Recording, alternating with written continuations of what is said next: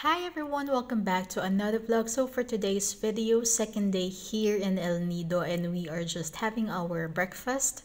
And our agenda for today is island hopping. And after our breakfast, we are just going straight to the meeting point.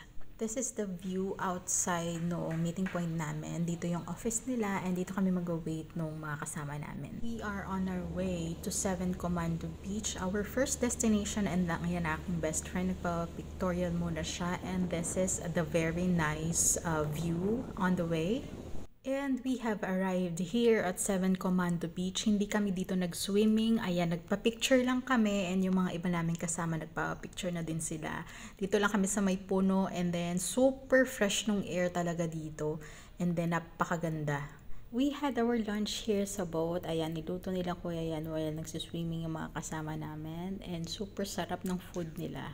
And we are on our way back na. Hindi na ako nakakuha ng mga video clips papunta dun sa Big Lagoon kasi sobrang lakas nung alon. And dun sa Secret Beach, malakas yung alon kaya hindi na ako nakapag-video. So pabalik na kami. And nagpahinga lang kami ng konti, then lumabas na kami. So this is outside the El Nido streets. Ayan, nandito yung mga bars, yung mga restaurants. Ayan, nag-withdraw lang muna kami dito sa may labas. And then ayan, we are going to eat our dinner. At saka mag-chill lang sa isa sa mga bar dito. And dito na nga kami ulit nag-chill sa Tribu Corridas Bar and Tattoo. And then, ito yung bar nila sa may bandang likod. Andyan sa likod yung may dagat na siya dyan. So, if gusto mo mag-emote, pwedeng-pwede ka dyan. And then, ito yung parte ng dance floor nila. Ayan, most talaga ng mga tao dito is mga foreigners.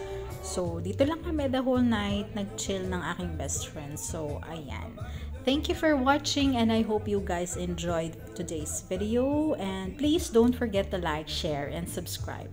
I'll see you on my next one. Bye! So hit it when I come, baby.